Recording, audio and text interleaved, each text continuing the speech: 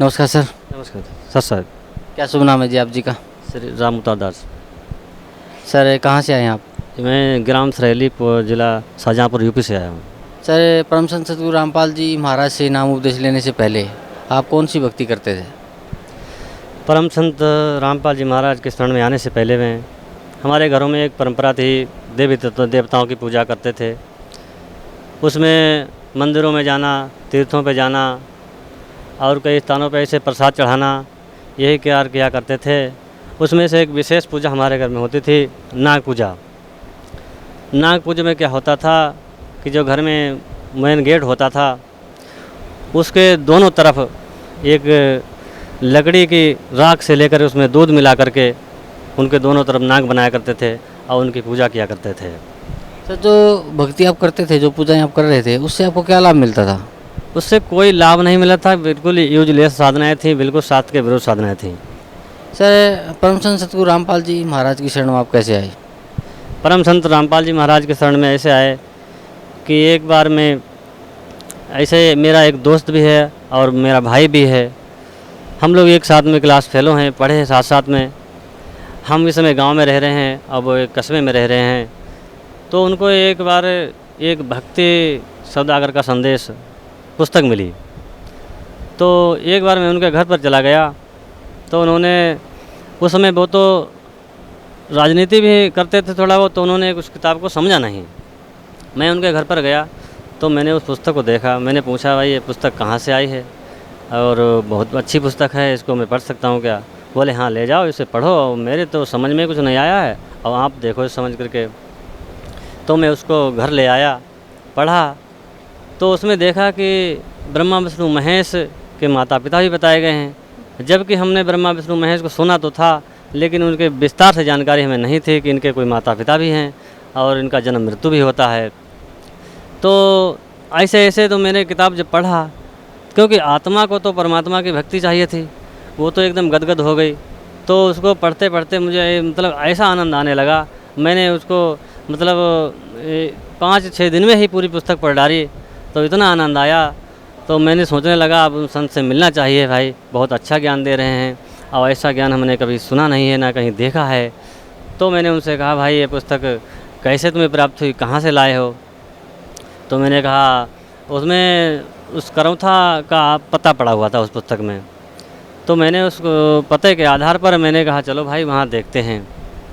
उसके पहले हमारे यहाँ एक इस समय वर्तमान में मिशन चल रहा है भोले बाबा के नाम से, भोले बाबा उर्फ साकार विश्वरी के नाम से। उसने इसमें वर्तमान में कम से कम लाखों संख्याओं को, उसने जीवों को अपने जाल में फांस रखा है। उसी में हम भी जुड़े थे। तो और उसके पास ज्ञान तो कुछ है ही नहीं, वो सिर्फ एक ही बात कहता है कि साकार विश्वरी की संपूर्ण ब्रह्मांड में सदा सदा के लिए जय जयकार हो, जय जयकार हो। बस यही उसका मूल मंत्र है, यही उसका नाम है और यही उसका जाप है। इससे कोई लाभ नहीं है। मैं 2 साल में उसमें रहा और उसमें क्या होता है कि 3-4 गांव में मिला करके एक कमेटी बनाई जाती है। कमेटी बनाने के बाद में उसमें एक अध्यक्ष बनाया जाता है, कोषाध्यक्ष बनाया जाता है, 2-4 सदस्य बनाए जाते हैं। तो उसमें मैं मेन था, अध्यक्ष बनाया गया था। तो उसमें सत्संग किया करते थे, हर महीने में एक दिन निश्चित कर लिया जाता था, उसमें सत्संग करते थे। सत्संग में मतलब करते करते मुझे उससे कोई ऐसे लाभ प्राप्त नहीं हुआ कि मैंने सोचा ये तो बेकार है, इसमें कोई लाभ होने वाला नहीं है। तो ऐसे ऐसे तो मैंने उस पर उनसे कहा, एक बार हमने चलो भाई वो पुस्तक हमने पढ़ी थी, आपके पास लाए थे, उसके बारे में खोज करते हैं कहाँ है। तो करौथा का उसमें पता था मैं तो, और उसका एक सत्संग महीने के प्रथम मंगलवार को एक विशेष के रूप में होता था, मानव मंगल मिलन कहते थे। उसका सत्संग उस्मान एटा जिला में एक आवागढ़ कस्बा पड़ता है, उसमें पड़ा था। तो मैंने कहा चलो वहाँ सत्संग देखेंगे और फिर वहाँ से फिर चलेंगे, वहाँ देखेंगे, संत जी से मिलेंगे।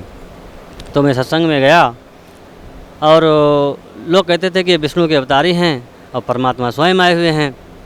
तो मैं गया, जबकि मैं उसकी मंच के पास ही में बैठा था, तो डर भी इतना लग रहा था कि कहीं मुझे पहचान ना लें कि कहाँ जा रहे हैं। लेकिन ऐसी कोई बात नहीं हुई। सत्संग समापन हुआ, उसके बाद में मैं एटा आया, एटा से मैंने बस पकड़ी, दिल्ली आया और दिल्ली से फिर ट्रेन पकड़ी, मैं रोहतक आया। रोहतक से बस अड्डा गया और बस अड्डे के बाद में मैंने पता किया करौथा कहाँ पड़ता है। तो बस अड्डे पे बताया कि झज्जर रोड पे करौथा पड़ता है। बस पर बैठ गया मैं, करौथा जाकर उन्होंने उतार दिया। वहाँ कोई मिला नहीं रास्ते में, तो मैं गांव सीधा चला गया। गांव जाने के बाद में एक व्यक्ति मिला मुझे, तो मैंने उससे पूछा कि भाई यहाँ पर संत रामपाल जी महाराज हैं कोई, उनका आश्रम बना हुआ यहाँ पर है कोई? तो बोला कहाँ से आए हो? मैंने बोला यूपी से आए हैं, क्योंकि मैं भाषा मेरी समझ गए वो। तो बोला तुम्हारे यहाँ कोई संत नहीं है, कोई बाबा नहीं है? यहाँ किसके चक्कर में पड़ गए हो? वो तो एक नंबर का गुंडा है, एक नंबर का बदमाश है, और यही से बहुत ने अनाप शनाप गालियाँ दी परमात्मा के बारे में।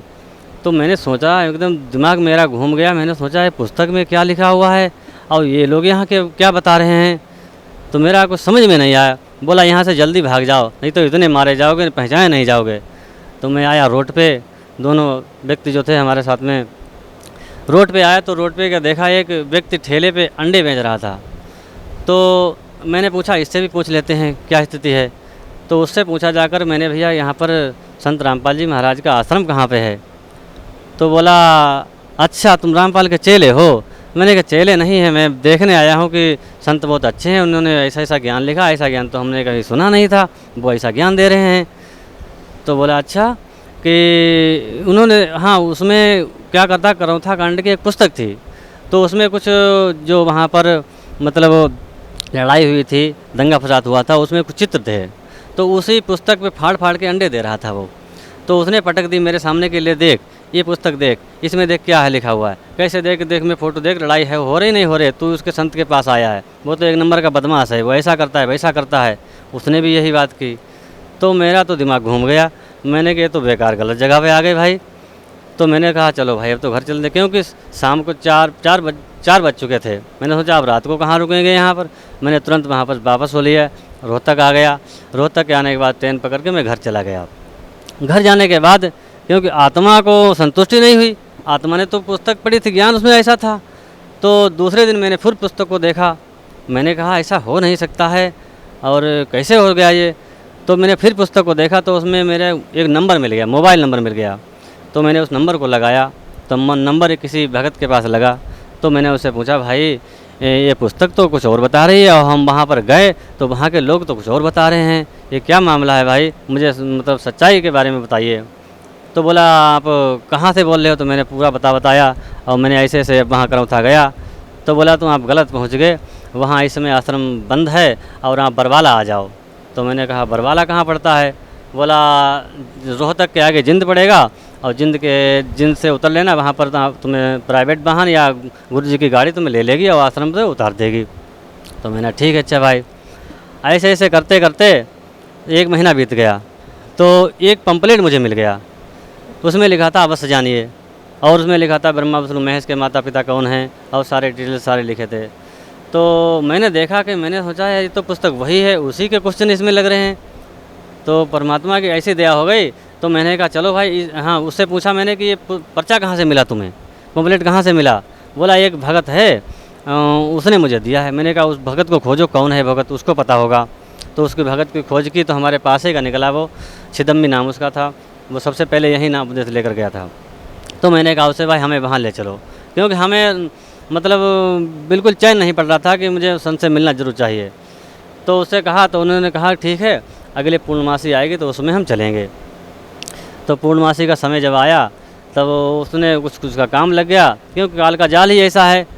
तो उसने कहा अब इस बार तो हम चल नहीं पाएंगे, अगली पूर्णमासी को हम चलेंगे। मैंने ठीक है भाई चलो अगली पूर्णमासी चलेंगे। तो फिर ऐसे ऐसे फिर 1 महीना लग गया। दूसरा महीना पूर्णमासी आई, फिर भी वो मतलब नामकुर हो गए। तो मैंने परमात्मा से प्रार्थना की मैं कैसे आपके पास आ पाऊँगा, और मेरे तो तड़प बहुत ज़्यादा है, मैं कैसे आ पाऊँगा, मैं तो गया नहीं हरियाणा, कभी देखा भी नहीं कहाँ पर है। तो तीसरे महीने को उन्होंने कहा अच्छा इसके अगली बार में हम जरूर चलेंगे। तो तीसरी बार जब उनका तय हुआ आने का तो हम लोगों ने व्यवस्था की शाम को कि सुबह ज़रूर चलेंगे। सुबह हुआ तो जो हमारे दोस्त थे पतराखन दास जी और छिदम्बी दास जी, तो 2 लोग तैयार होकर के उन्होंने फ़ोन किया सुबह कि आ जाओ और इस दिन शाहजहाँपुर से निकलते हैं। तो और सुबह सुबह मेरे फ़ोन आ गया घर पर, मेरे साडू का दम था, उसकी टांग टूट गई।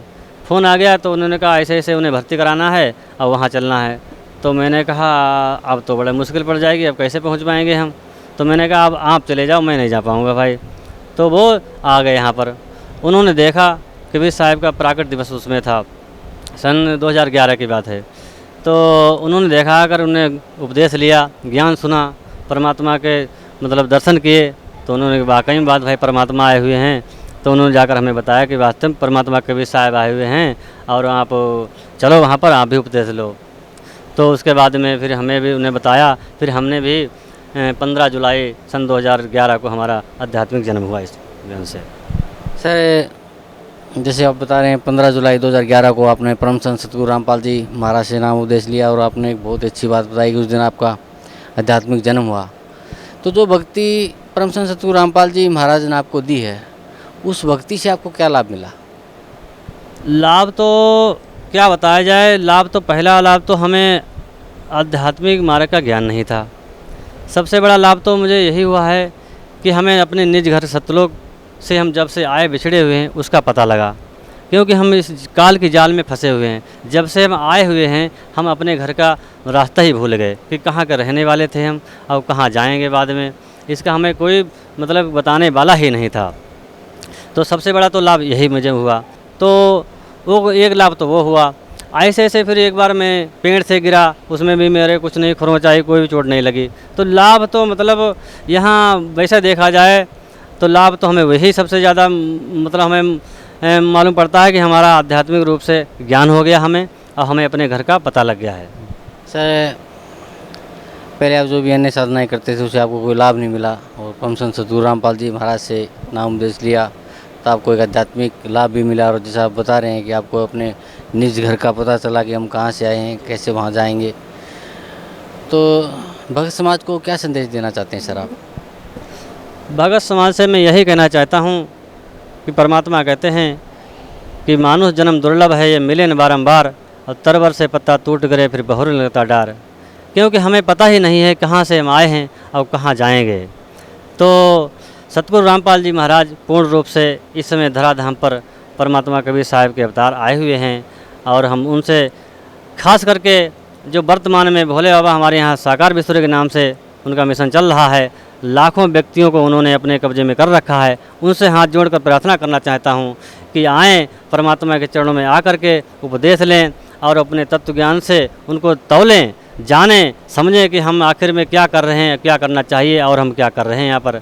तो उनसे हमारा यही निवेदन है। और सारे धर्मों से जो अन्य पंथ चल रहे हैं, सारे मिशन चल रहे हैं, उनसे भी मेरी यही निवेदन है, प्रार्थना है कि आएँ और अपना कल्याण कर पाएँ, अपने निज सतलोक घर को चले जाएँ। सर धन्यवाद आपका, बहुत बहुत धन्यवाद।